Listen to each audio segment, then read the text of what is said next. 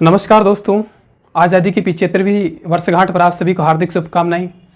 दोस्तों, कल जो जालोर वाली घटना हुई वो देख के मेरा मन बहुत दुखी हुआ। दोस्तों, मतलब हम देख रहे हैं कि आज हम आज़ादी का 75वां साल तो मना रहे हैं, आज़ादी का अमृत महोत्सव मना रहे हैं, तिरंगा फहरा रहे हैं, लेकिन क्या हम वो तिरंगे में जो सफ़ेद रंग है उसके मायने समझते हैं?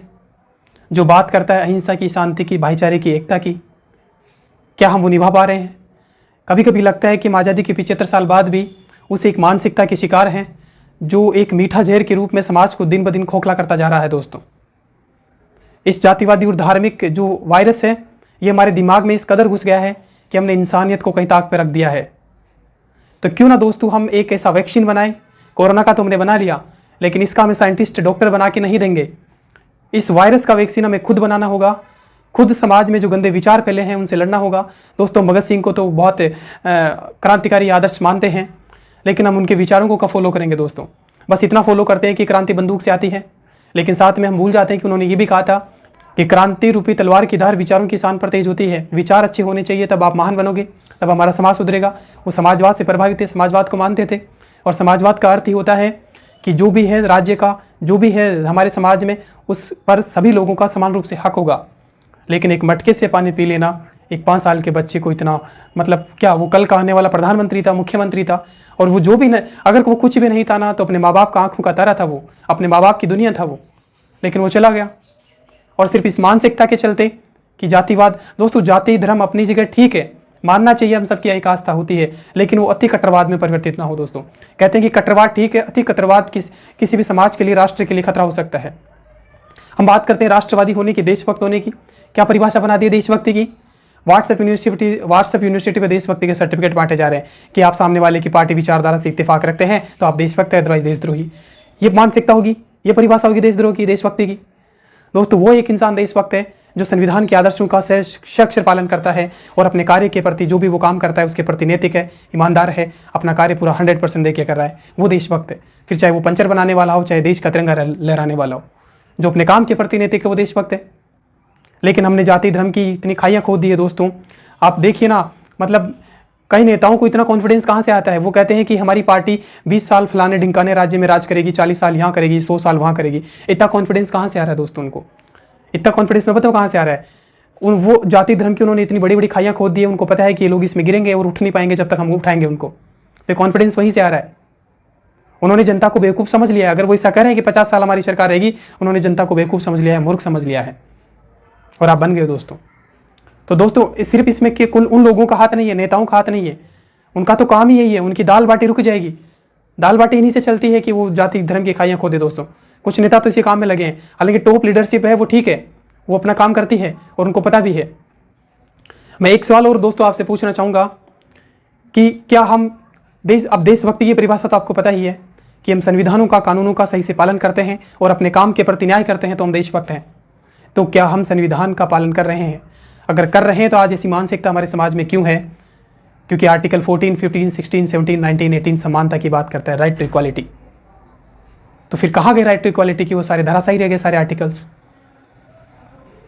दूसरा क्वेश्चन मैं करता हूं, क्या हम किसी जाति विशेष के लोगों को, धर्म विशेष के लोगों को कोई एक स्थान पे अलग से बसा सकते हैं?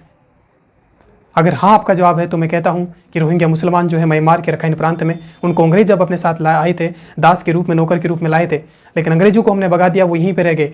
अब आज पूरी विश्व बिरादरी दोस्तों, विश्व की टॉप लीडर से बैठ के ये मंथन करती है कि हम उनका क्या करें, उनको कहीं बसा दे। कोई ज़मीन का इतना टुकड़ा नहीं है 150 बीघा कि हम उन लोगों को 2-2.5 लाख लोगों को बसा सके।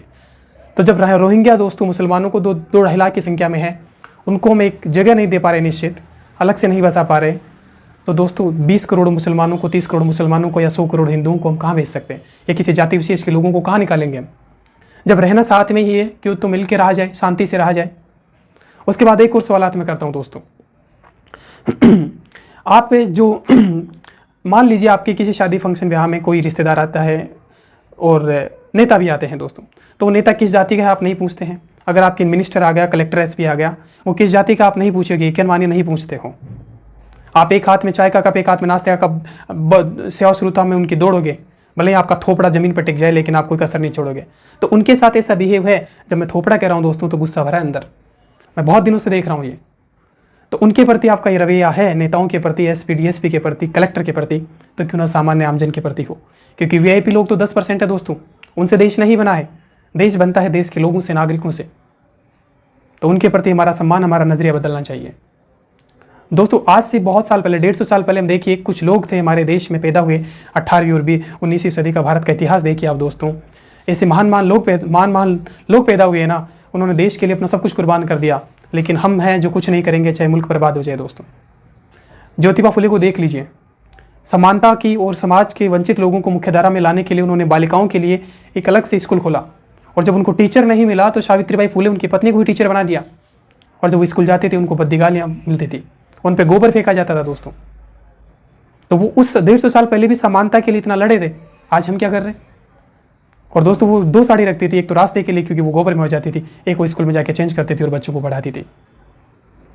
तो ऐसे ऐसे महान ज्ञानी भारत रत्न पैदा हुए देश में। हालांकि उनको भारत रत्न नहीं है जो कि मिलना चाहिए, सच्चे मायने में वो भारत रत्न है। अंबेडकर से पूछा जाता था कि आप स्वयं के हित में या राष्ट्र हित में से क्या चुनोगे? वो कहते थे राष्ट्र हित सर्वोपरि है। लेकिन हम किसी के भी साथ कुछ भी भेदभाव हो रहा है, हमारा क्या है, हम क्यों टेंशन ले, ये हमारी मानसिकता हो गई है।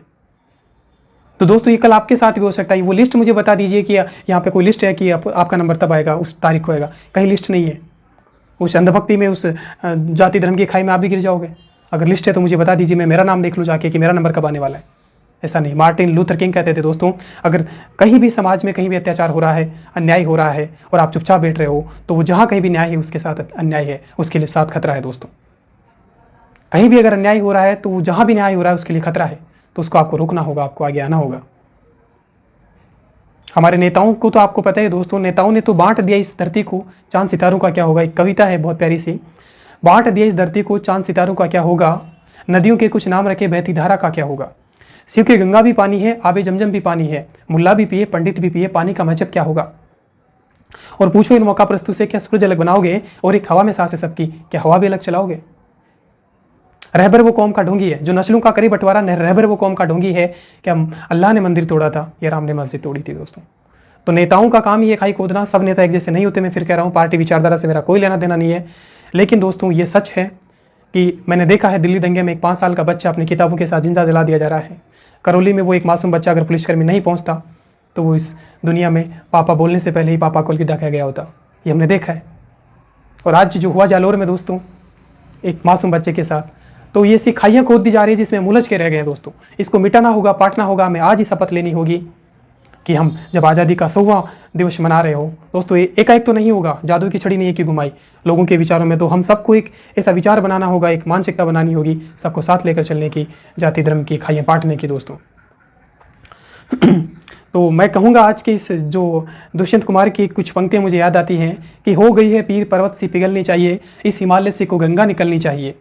आज ये दीवार पर्दों की तरह हिलने लगी, सूरत थी कि ये बुनियाद हिलनी चाहिए। आज ये दीवार पर्दों की तरह हिलने लगी, पर शर्त ये थी कि ये बुनियाद हिलनी चाहिए। हर गली, हर नगर, हर सड़क, हर गांव में लहराते हुए हर लाश चलनी चाहिए। हर गांव, हर सड़क, हर गली, हर मोहल्ले में लहराते हुए हर लाश चलनी चाहिए। सिर्फ हंगामा खड़ा करना मेरा मकसद नहीं, सिर्फ हंगामा खड़ा करना मेरा मकसद नहीं। शर्त लेकिन यह है कि सारी कोशिश है कि ये शर्त बदलनी चाहिए। हंगामा खड़ा करना मेरा मकसद नहीं, सारी कोशिश है कि ये सूरत बदलनी चाहिए। तेरे सीने में ना सही तो मेरे सीने में सही, मेरे सीने में ना सही तो तेरे सीने में सही। हो आग कहीं भी लेकिन आग जलनी चाहिए, हो कहीं भी आग लेकिन आग जलनी चाहिए। दोस्तों स्टॉप इट, बहुत हो गया, बहुत सहन कर लिया। तो दोस्तों मुझे आज मैं शेयर करने के लिए नहीं बोलूँगा दोस्तों, क्योंकि जिन लोगों को इन शब्दों के मायने, इन शब्दों की गहराई समझ आ गई, वो अपने आप शेयर कर देगा। तो दोस्तों रोकिए इसको, एक अच्छे भारत का निर्माण कीजिए।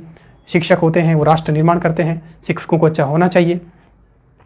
और दोस्तों मैं तो कहता हूँ कि जो आज हम तिरंगा लहरा रहे हैं, क्यों ना जो भारत की प्रस्तावना है, भारत के संविधान की प्रस्तावना, उसको हम पढ़ें, उसको आत्मसात करें, उसके शब्दों के मायने समझे। दोस्तों मैंने दोस्तों बहुत सारे देशों का इतिहास पढ़ा है और संविधान पढ़ा है, लेकिन मैंने सबसे सुंदर लेखन जो पाया वो भारत की संविधान की प्रस्तावना को पाया दोस्तों। अगर वो आप समझ गए तो आपका आधा जीवन धन्य हो गया दोस्तों, आपका जीवन पूरा ही धन्य हो गया। आप राष्ट्र निर्माण कर सकते हो, आप समाज में एकता स्थापित कर सकते हो। तो दोस्तों मेरी फिर से यही विनती है कि ऐसे जो भी विचार हैं जो समाज में उन्माद फैलाते हैं, जो हिंसा की बात करते हैं, उन पे लगाम लगाइए। और एनसीआरबी का डाटा आप उठा के देखो, नेशनल क्राइम कंट्रोल ब्यूरो जो है, नेशनल क्राइम कंट्रोल ब्यूरो, उसके डाटा देखोगे ना दोस्तों, आपके पैरों से ज़मीन खिसक जाएगी। हर दूसरे घंटे में आपकी 1-2 साल की गुड़िया आपके घर के सामने से उठा ले जाती है, उसके साथ गैंग रेप किया जाता है। ये हालात है हमारे देश के, तो इनको बदलना होगा दोस्तों, और ये हम सबको मिलकर बदलना होगा। कोई नेता नहीं बदलेगा, क्योंकि नेता तो दोस्तों नेता है, उनका काम है नेतागिरी करना। वो तो एक आह्वान करेंगे, हम पहुंच जाएंगे हज़ारों की भीड़ में, रास्ता रोक के खड़े हो जाएंगे, और जब जाम लग जाएगा तो उसी पीछे ट्रैफिक में एक बूढ़ी अम्मा मैंने 7 साल के पोते के साथ ऑटो में फंसी हुई है, और उसका बेटा सीमा पे सरहद पे लड़ रहा है, वो हॉस्पिटल जाना चाहती है दोस्तों। लेकिन देखिए ना आप हालात, आगे सामने नेता सड़क जाम करके खड़ा है। तो ऐसा ना हो दोस्तों। तो उम्मीद है आप थोड़ा सा भी हमारे जो पुराने महापुरुषों से सीखेंगे और आगे बढ़ेंगे।